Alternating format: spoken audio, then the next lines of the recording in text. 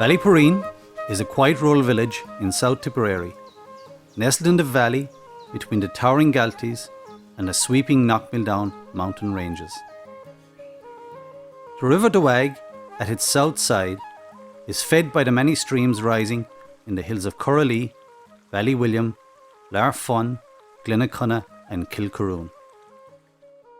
It provides rich spawning grounds for trout and salmon and meanders its way through the valley onto the Tar, and finally junctures with the River Suir just before Newcastle.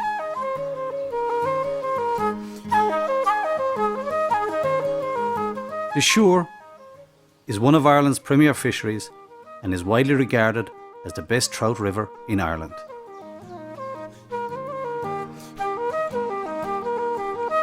Ballyporeen, or Ballyporeen as a place name, has a long history, with reference being made to it in the 1500s. The most accurate translation would be that of the entrance to the ford of the Little Round Stones. Some current literature has listed Ballyporeen as the town of the small potatoes. This is inaccurate, as potatoes were unheard of in Europe when the original place name, Ballyporeen, was adapted.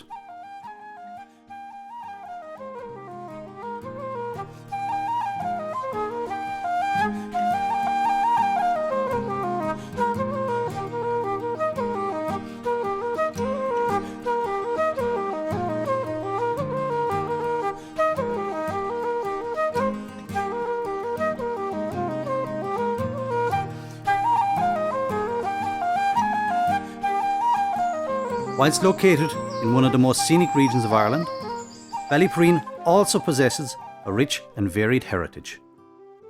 Archaeological evidence shows that the Ballyporeen area was inhabited during the Bronze Age. There are 27 archaeological sites immediately to the Ballyporeen area, indicating a high level of early human activity in this rich and fertile valley. Ballyporeen was believed to come under the rule of the Brigantes tribe from the 1st to the 3rd century, which were associated with much of southeast Munster. Later, it is known that the Dicey tribe had taken control of much of this area. In the 12th century, the Gaelic kingship system still remained, but this was to change with the arrival of the Anglo-Normans and their military conquest of much of the country after 1169. It is known that by 1192, Ballyporeen came under the rule of Philip of Worcester, who resided in Knockgraffan Manor. Two great earldoms were established at this time under the Fitzgeralds, Earls of Desmond, and the Butlers, Earls of Ormond. Ballyporeen lay in the frontier of these two great Norman families. The Ballyporeen area belonged to Gibbon Fitzgerald. Gibbon Fitzgerald was the first holder of the title White Knight for services rendered to King Edward III in 1333. The Fitzgeralds changed their name to Fitzgibbon to honour Gibbon Fitzgerald's achievement. The White Knights were predominantly the overseers of the lands around Ballyporeen from this time up until the death of the last White Knight, Maurice Oge, in 1611. Shortly after this, Maurice Oge's sister married Sir William Fenton, the Protestant son of the Secretary of State for Ireland. They resided in Mitchelstown, and in 1655, their daughter Catherine Fenton married John King of Boyle, thus beginning the Kingston connection and stewardship over the lands of the locality.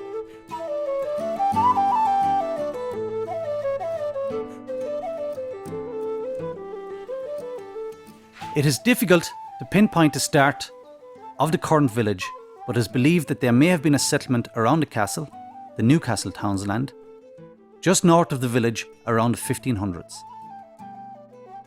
Prior to this, the areas around Templetenny and Doulas were locally heavily populated.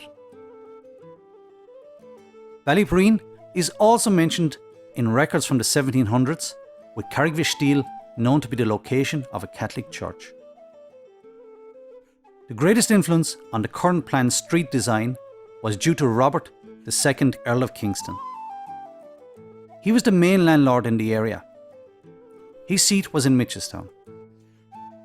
He and his wife initiated an ambitious building programme across the estate in the late 1700s, with the first ordnance survey maps of the 1840s showing Ballyporeen in its current layout.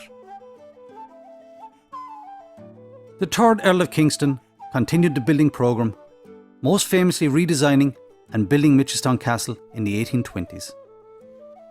Erected at a cost of £100,000, it was the largest Gothic revival house in Ireland at the time, and was built to the designs of James and George Richard Payne. It was also in the 18th century that Ballyporeen enjoyed significant growth, as it was on the main coach road between Cork and Dublin. In total, 4 mail coaches passed through the village daily. A 1733 Act passed by the Parliament in Dublin sets out conditions for the toll on the Kilworth-Ballyporeen section of this route.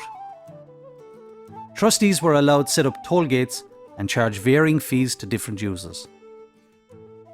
The recently restored Kilworth Toll House is situated 3 miles west of Ballyporeen, just before Glenduff. An arched stone building nearby, most likely used for mending carriage wheels and stables for the mail coach system, still remain as a reminder of the glorious days of the stagecoach. There was also a mill on Lower Main Street, known as Kingston's Mill, which was said to be a dye works, providing employment for the local villagers. Ballyporeen was a thriving community at this time, with records showing a village population of 722 and a total civil parish population of 6,907 in 1841. However, this was an extremely large population for such a small area to support, due to poor agricultural practices and a huge dependence on one crop, the potato.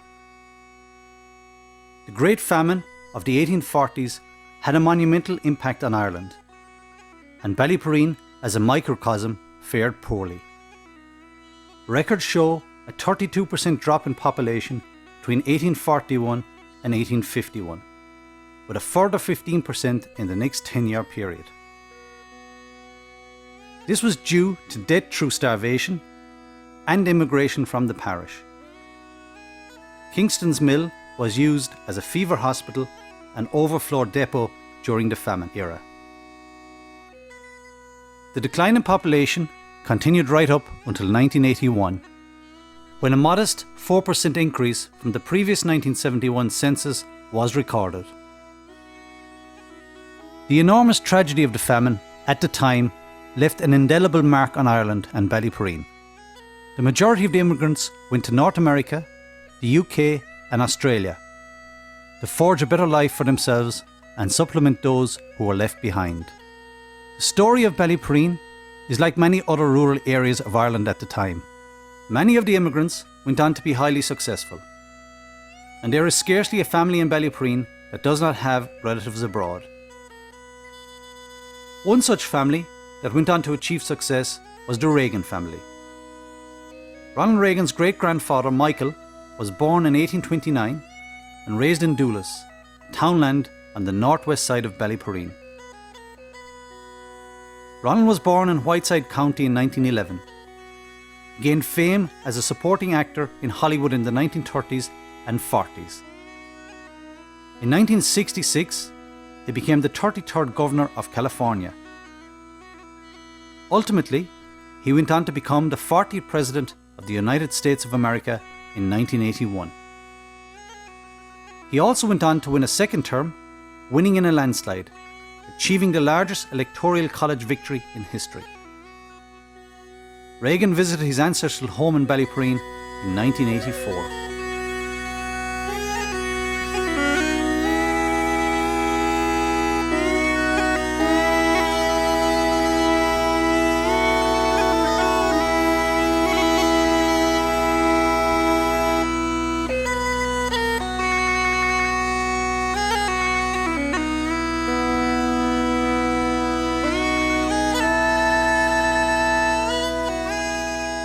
The ancestors of Ronald Reagan rest peacefully in the Temple Tenney Cemetery, the site of an old Irish monastic foundation, which historical data informs us had as abbot St. Fiachnach around the year 750 AD.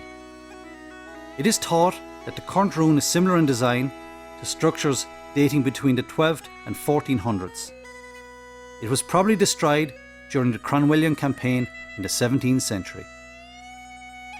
Currently, a Mass is held on the last Friday of July every year to commemorate all those who are buried there. Carrickvisteel also was a site of a Catholic church in the 18th century. It replaced Templetenny as the place of worship for the largely Catholic population of Ballyporeen and its surrounds. The patriot and martyr Father Nicholas Sheehy was parish priest of Templetenny and would have said Mass regularly at Carrickvisteel. Templetenny, Shanrahan, now Claheen, and Ballysheehan, now Burncourt, were then united parishes. Father Sheehy spoke out against the penal laws, the eviction of poor tenants by Anglo-Irish landlords, the elimination of common land by enclosure, and the imposition of compulsory tithes, a crippling tax on the poor at the time. In 1763, a chalice belonging to the church at Carrickvisteel was reported missing. Its theft was blamed on a John Bridge. John Bridge went missing, and the authorities at the time determined that he had been murdered. Father Sheehy was tried as accessory to the murder. Sheehy was convicted and sentenced to be hanged, drawn and quartered. He asserted his innocence before his death of all the charges made against him. He said in his final speech, after he was sentenced to death, that he was being put to death for a crime which had never been committed. The murder victim, John Bridge, was alleged to be in Cork after the date of the crime and is thought to have emigrated to Newfoundland. The church at Carrickvisteel was burnt to the ground at the time of the rebellion of 1798. It is said most likely as a reprisal for arms stolen from an Orange Lodge in Anglesborough. There is still a Mass rock at this site, and Masses continued here for an extended period after the destruction of the church. The current Catholic Church, the Church of the Assumption, was completed in 1828. It is an imposing structure in the village, with a sandstone wall and cut limestone quoins. The workmanship on this church is to the highest standard, a credit to the skilled stonemasons of the time. The stained glass windows are also quite spectacular.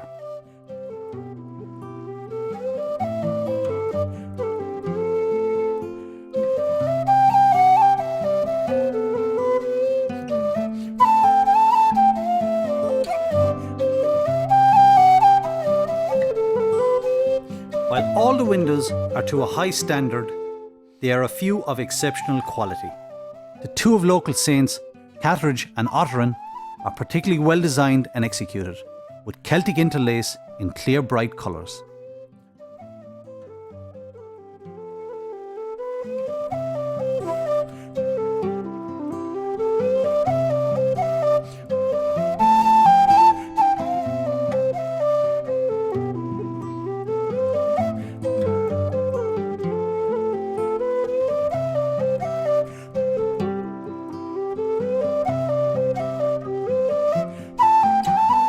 The window at the front of the church is also highly regarded. There is also a window by Franz Mayer & Co., a famous German stained glass design and manufacturing company, which produced a considerable number of works for cathedrals and churches in Ireland in the late 1800s into the early 1900s. Mayer windows are noted for the detail in the faces of the figures depicted, and their windows are installed in more than 100 cathedrals worldwide, including St. Peter's in Rome. However, perhaps the most important window is the one depicting St. Patrick. It is designed by Michael Healy. Healy was born in Dublin in 1873. He went on to become a prominent artist with on Tower Glen, the Tower of Glass, the Irish stained glass company established at the start of the 1900s. Healy has been described by his contemporaries as a genius and a pioneer of the modern Irish stained glass movement.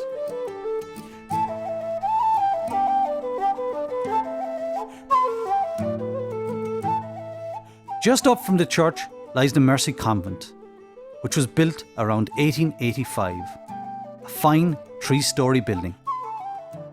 Here also is the old male and female schoolhouse, which was opened in 1870. This building was made possible by a donation of £185 by Patrick de Burke on his death in 1867. This was a very important centre for education in the village and took over from a number of outlying schools. It was taken over as a convent school in 1887. In 1897, the male school was moved to a small hall located through Kearney's Arch until the new boys' school was opened in 1899. The convent school worked in tandem with the boys' school. Boys up to the age of 7 continued to attend the convent school. After finishing first class, the boys moved out of the convent school and were schooled separately from 2nd to 6th class. This was the situation right up to 2004, when Scull Temple Town, best translated as Temple Tennis School, was built. It was an amalgamation of the 2 previous schools, and its name reflects the Christian heritage and background of the original parish name. The other main centre of education in the parish is Skehinerinka National School, which was built in 1858. It is perhaps the oldest still operating national school building in the country. The building itself is considered notable for its cut limestone construction. Nearby Galtee Cottage was built as a home for the principal teacher. It is known as Morrissey's in recognition of a Mrs. Morrissey who taught at the school and lived there for 50 years. Skehinerinka was also the townland on which the splendid Galtee Castle was built, around 1780. Originally as a hunting lodge for the Kingston family. It was sold to the Buckley family in 1873 and was fully refurbished in 1895. It survived the Civil War period, unlike Mitchelstown Castle, which was burnt by the IRA in 1922. However, the Buckley family were unable to maintain Galtee Castle, and it was sold to the Land Commission in the 1940s. The building was purchased by Canon Tobin of Glanworth. He demolished it, and the stone was used in the building of Glanworth Church. All that remains of this impressive structure are some stone outbuildings behind the site, including the laundry. The cut stone bridge crossing the river survives, as do the 2 gatehouses, which are now private dwellings, though the piers and gates are now absent.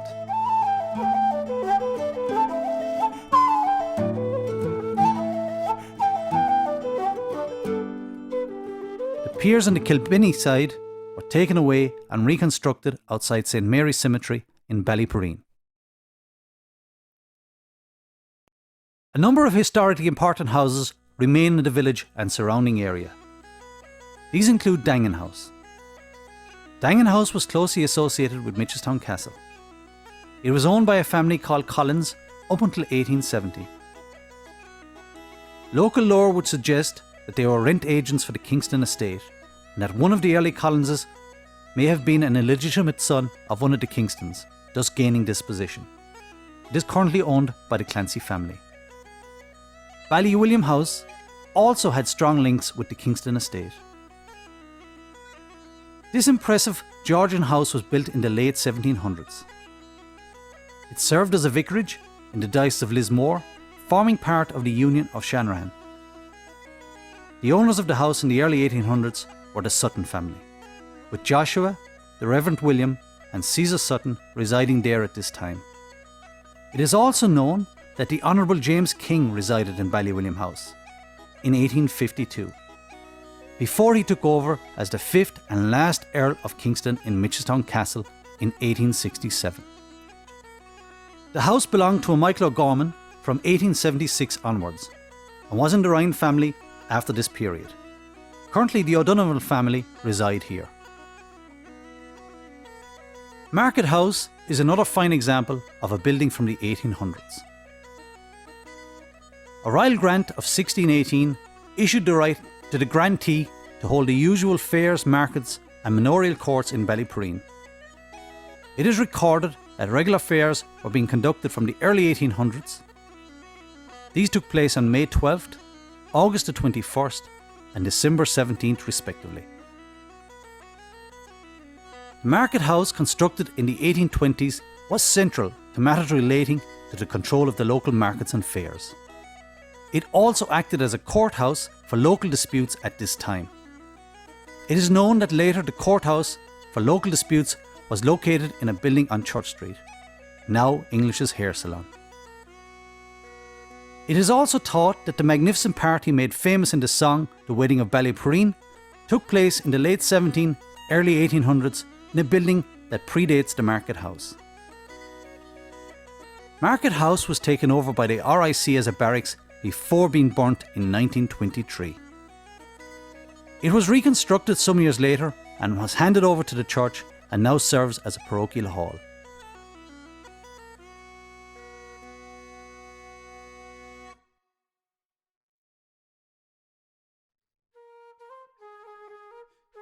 Coolidary House was regarded as an important house in the Buckley estate. It was recorded as having 34 outbuildings in the 1901 census. These were thought to have been used as stables for Skehinarinka's Galtee Castle. Lying just south of Skehinarinka and just 3 miles north of the village of Ballyporeen lie the wonderful trinity of the Mitchestown, Paul Skehinarinka and the Old Desmond Caves. The Mitchestown Caves are world renowned for the vast caverns and the indescribable dripstone formations. Stalactites, stalagmites, graceful calcite curtains hang from sloping roofs, while calcite crystals glisten like diamonds in the distance. The cave contains one of Europe's finest calcite columns, inspiring its title, the Tower of Babel. The Mitchestown Caves were discovered on the 3rd of May 1833, when a labourer named Michael Condon, who was quarrying limestone, accidentally dropped his crowbar into a crevice.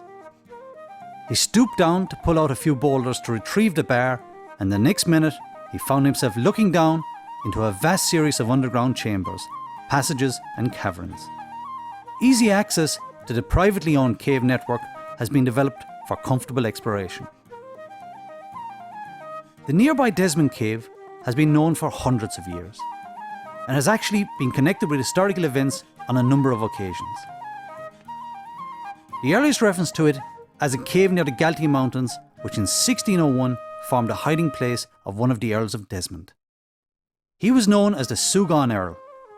The unfortunate Earl was enticed out of its safe depths by his kinsman, the White Knight, who handed him over to the authorities and received a sum of £1,000.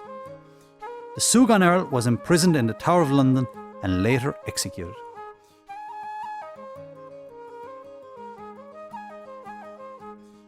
The cave is also reputed to have been used as a place of refuge by contestants in the 1798 rebellion, and even in more modern times during the War of Independence. It too possesses huge caverns, with its main cavern known as the Great Eastern Chamber, measuring 120 metres in length and a varying average width of 50 metres. Paul Skehinarinka is probably the least explored cave, but is a significant cave in its own right. It is just under 2 kilometres of cave passage and has some of the largest underground chambers in Munster. While it would be impossible in this short piece to chart the success of the many clubs and organisations within the locality, it is important to mention some of the many significant figures of cultural and historical significance. Eamon Kent, one of the key leaders of the 1916 Rising and signatory of the Proclamation of the Irish Republic, has strong links with Ballyporeen. His father, James Kent, lived and farmed with his family in Larfun for a considerable number of years. Eamon Kent was executed by firing squad at Kilmainham Jail on May 8, 1916 for his part in the Rising. Pat O'Brien, an Irish-American actor who gained Hollywood fame as a leading man from the 30s right through to the 60s, has strong ancestral connections with Ballyporeen. O'Brien actually starred alongside Reagan in Knute Rocky All-American in 1940. More famously, O'Brien starred alongside his good friend James Cagney in 9 feature films. He is best remembered for his work in the films Angels with Dirty Faces and Some Like It Hot. Rugby union sporting legend Tom Clifford was born in Ballyporeen on November 15th in 1923. Clifford played for Munster, Ireland and the British and Irish Lions. He was hugely respected in the game and a legend in his adopted city of Limerick, where the young Munster club named their grounds in honour of Clifford. Gaelic poet Seamus O'Kelleher resided for over a quarter of a century from 1957 to 1988 in Ballyporeen. Seamus's work is studied today in universities in America, Australia, Britain, as well as here at home. The McFadden family have strong links with Ballyporeen, with their mother, Mairead Crotty from Skeheenarinka. Brian had a hugely successful career with the boy band Westlife, and now as a solo artist. Susan has also been extremely successful as an actress and singing with Celtic Woman.